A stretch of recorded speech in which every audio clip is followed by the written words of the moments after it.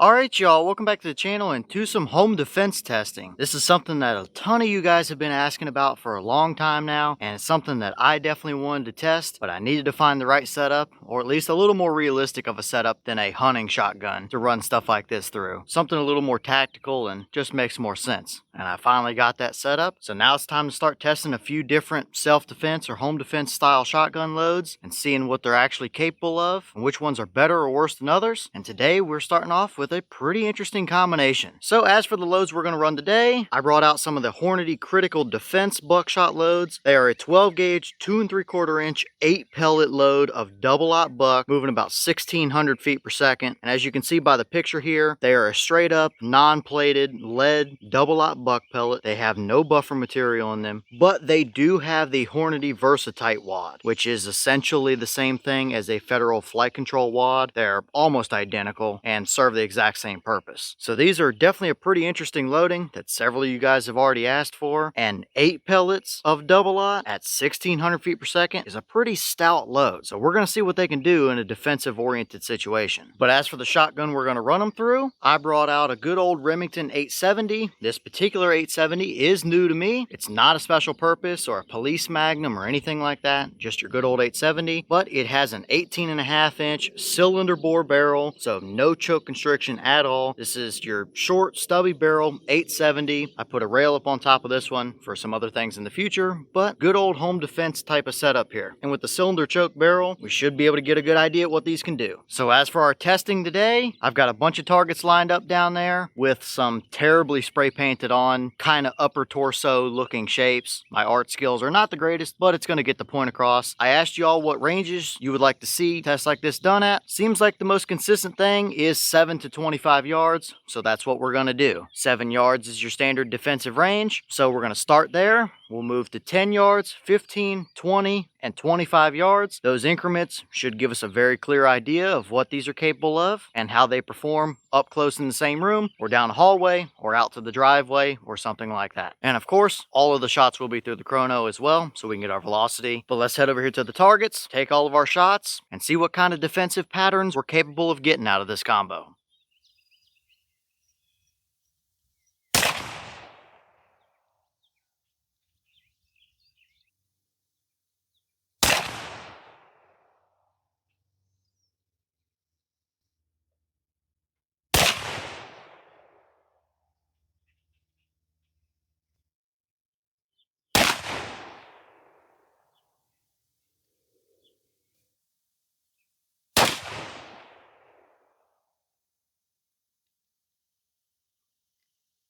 Alright, so before we look at our targets, we'll take a quick peek at our chrono numbers. The boss claim was 1600, however, we did not see that, but we do have an 18.5 inch barrel, so that does not surprise me. Seems like we were high 1400s, so we had 1474, 1505, 1483, 1494, and 1473 for an average at 1485 feet per second. So 115 under their claim, nothing surprising, and for a double-aught load, that is more than enough for a defensive shell right there. So we're moving along pretty hot for a velocity, but what kind of patterns did we get? Let's go check them out and see.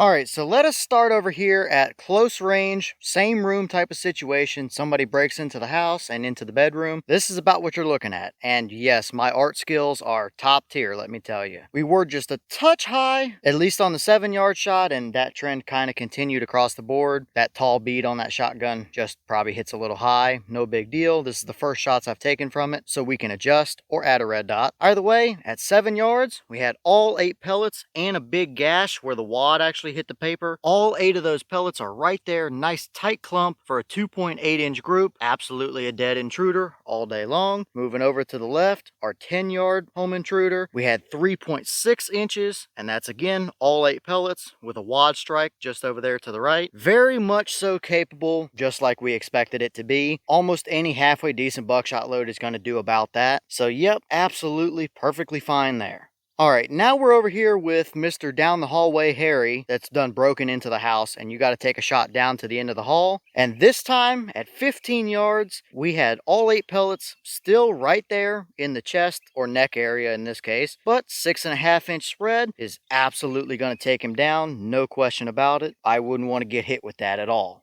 So now let's move over here to Mr. Porch Pirate Paul. At 20 yards, if you got to take a shot out there off the porch or something, you would still have a very nice spread to work with all the way out here at 20 yards. That's all 8 pellets, and if we were just a touch lower, all of them would be right through the center of the chest cavity for a 7.3-inch spread, still holding a nice even spread, really not picking up any flyers or anything. So Mr. Porch Pirate Paul is absolutely going to go down.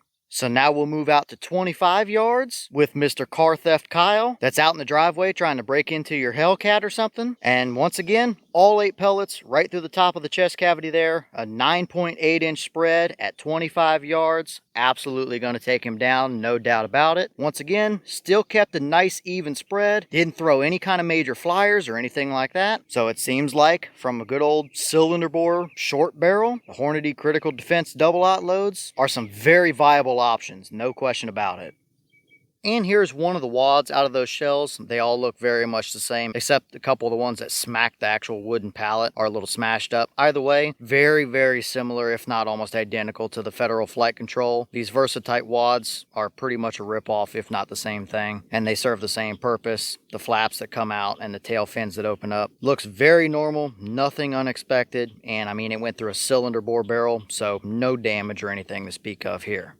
Alright y'all, well, what did you think about those results right there? At those close, same room type of distances, 7-10 yards, I think we all pretty well knew the outcome. It was going to be a nice cluster of pellets, pretty much no matter what buckshot load you use. But we stretched it out here to 15, 20, and 25 yards, and guess what? The car thief that's in the driveway is still going to get it. So with a kind of oddball 8 pellet double-aught load that's moving at about 1,500 feet per second from a short barrel like that, you're going to be hitting them pretty good. I definitely wouldn't want to be hit with it, that's for sure. And easily, we could push that out farther and you would still be fine at 30 or 35 yards and probably even 40 as well if for whatever reason you would ever need to take that shot, maybe out to a barn or something like that. If you needed it, although we didn't test it, I'm saying you would probably still be good enough. So it seems like these Hornady Critical Defense shells are some pretty nice performers down here. They didn't throw any flyers, there's no voids, kept a nice even pattern. I definitely like it. But they are a little bit on the hotter side for a shell too, which isn't always what a lot of people like for a home defense load. They are definitely not subsonic at all at almost 1,500 feet per second. And the recoil on them is very much your standard recoil for any random hunting buckshot load. They're not a low recoil shell, they're not a low noise or anything like that, so that may be a detractor for some people. But clearly, still very much so effective. But leave all your thoughts down below. Is that about what you expected? Were you surprised one way or the other? Have you tested any of the Hornady Critical Defense double-aught loads, and if so, what kind of results have you seen? Do you use these shells for your home defense setup, or would you run them? And if so, would you feel confident in that setup? And what other shells might you want to see us test through that 870 with that cylinder bore barrel? Let me know all that down below. But with that being said, I've got some more testing to get done for you guys, so I'm going to get back to it. As always, you have the channel Instagram as well as the mailbox where you can send stuff if you'd like. All that information will be in the description if you're interested in it, but I'm going to get back to it, so I'll see y'all in the next one.